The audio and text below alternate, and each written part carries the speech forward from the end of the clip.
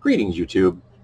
Over the last 4 years, I've read a lot of bestiaries and monster manuals. I enjoy them. They're nice little chunks of gaming information. I can just crack open one, flip through it, read a few entries, put it down, walk away. Didn't have to have anything to get into it, don't have to have anything after. I like that, little chunks gaming stuff. It's uncommon that I don't look at monster manuals and stuff on a regular basis. I just enjoy reading them. Not even just for D&D or Pathfinder. I find monster manuals in general entertaining, like equipping books. I love equipping books.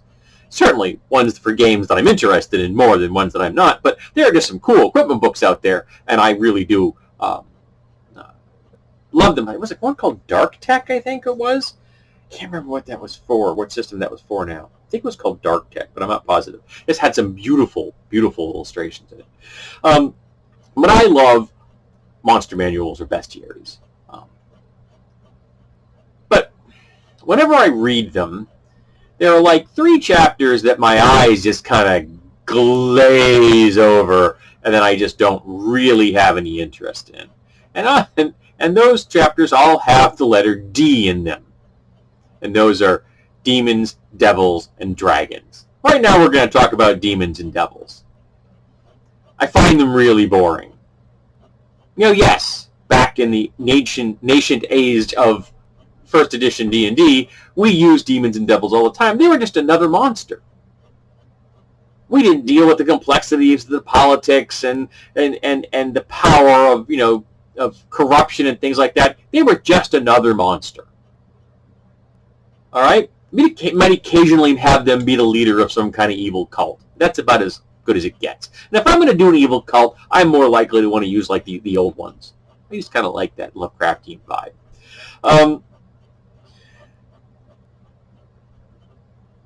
And they just seem to have been done to death. It seems like there's just this endless line that every iteration of D&D or Pathfinder feels a need to be putting out more demons and devils. Every third-party setting has to have their own demons and devils, and everybody has to have books dedicated to demons and devils, and I just don't see it.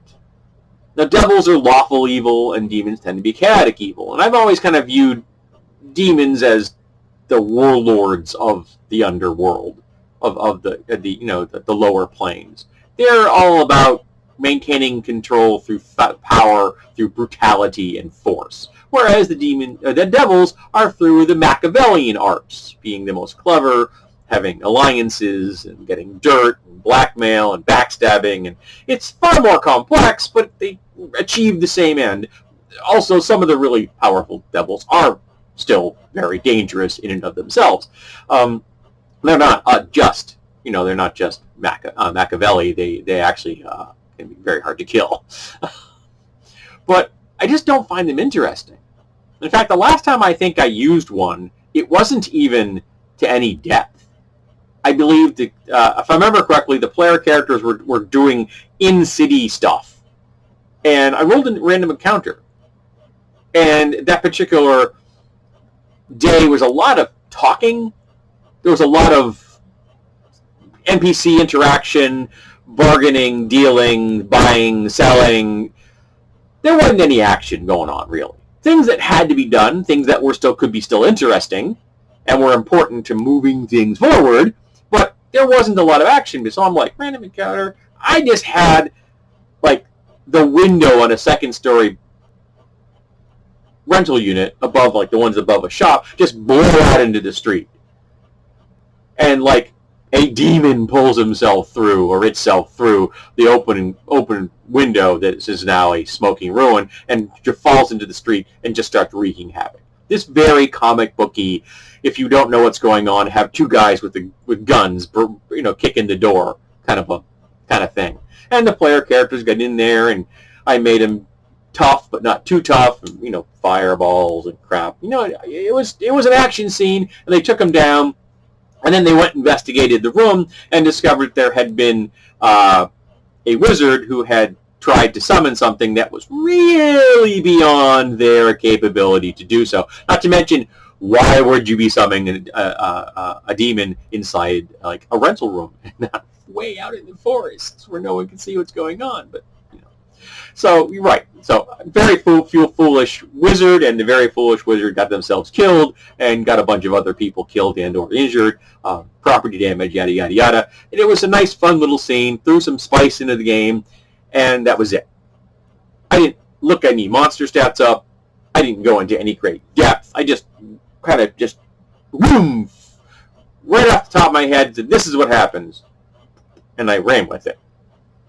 Gave a vague description of this, vaguely gorilla-like thing covered in leathery dragon scales and, horns and smoldering flaming eyes and fire and things like that.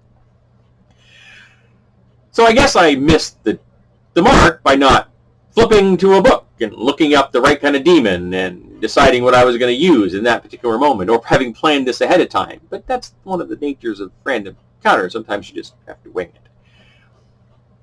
But I just don't find them all that interesting. And I think part of it, I've been thinking about this. I think, funny about this, I thought about the video before I actually turned the camera on. I've been thinking about this. I think part of it's because I lived through the satanic panic of the D&D era. And so I remember when TSR, or was it a Coast then? I can't remember, but one of the iterations of the game, they distanced themselves from demons and devils and called them something else, because they were trying to separate themselves from that occult connection. Even though these are not spell books. These are not going to help you cast real spells. These books right here, not gonna do it. So they tried to separate that because of this satanic panic. And I remember that. So maybe my distaste is partly from that. And it kind of ironically also because really you're not going to own what was in the game from originally? You're going to try to separate yourself from something that helped make the game so popular for so many people? So even though I had no interest in them, I was kind of annoyed that the producers of the game were not willing to own the fact that demons and devils had been there from like day one. All right, since that first books hit the shelves, they'd always been there. And now you're trying to distance yourself because of the politics of the world around you? You want to stop using racial slurs. Cool. Real world effects. These are fake things in a fake game. And you feel the need to separate yourself because of a non-existent satanic panic? Yeah. So that bothered me as well. So I thought I'd do this video and we could start talking about demons and devils. Particularly how you have used them in interesting ways. Because I want to hear that. Because I think that, again, they're kind of boring. So I want someone to change my mind. You show me how you use them. How you make them fascinating and interesting. And maybe you can change my thoughts. Maybe you can get me to read the next entry for Demons and Devils in a monster manual when I get around to it.